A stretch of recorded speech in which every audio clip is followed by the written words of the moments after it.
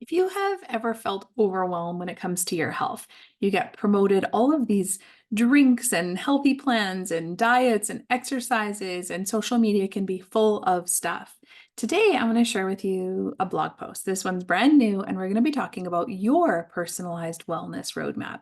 We have to remember we're all individual. What works for one might not work for the other. So, in this blog, we're going to work through a step by step guide to building your personal health plan.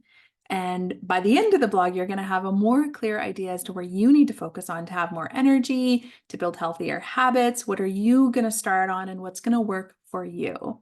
At the end of the blog, there's a short quiz that you can take to really take this to the next level and have some actual steps that you can work on. So I'm excited for you to dive in. Grab a journal. This is going to be a really great exercise for you to work through. It's on my blog, so it's totally free, and I'm here to guide you and support you and show you and motivate you as to how I do this with my clients. And so I hope you enjoy this week's blog, and it's going to be really helpful for those of you that are wanting to do better. You've been meaning to do better. You've been motivated to do better. You're just feeling a little bit stuck or behind. So this is your wellness roadmap, your step-by-step guide to building a personalized health plan.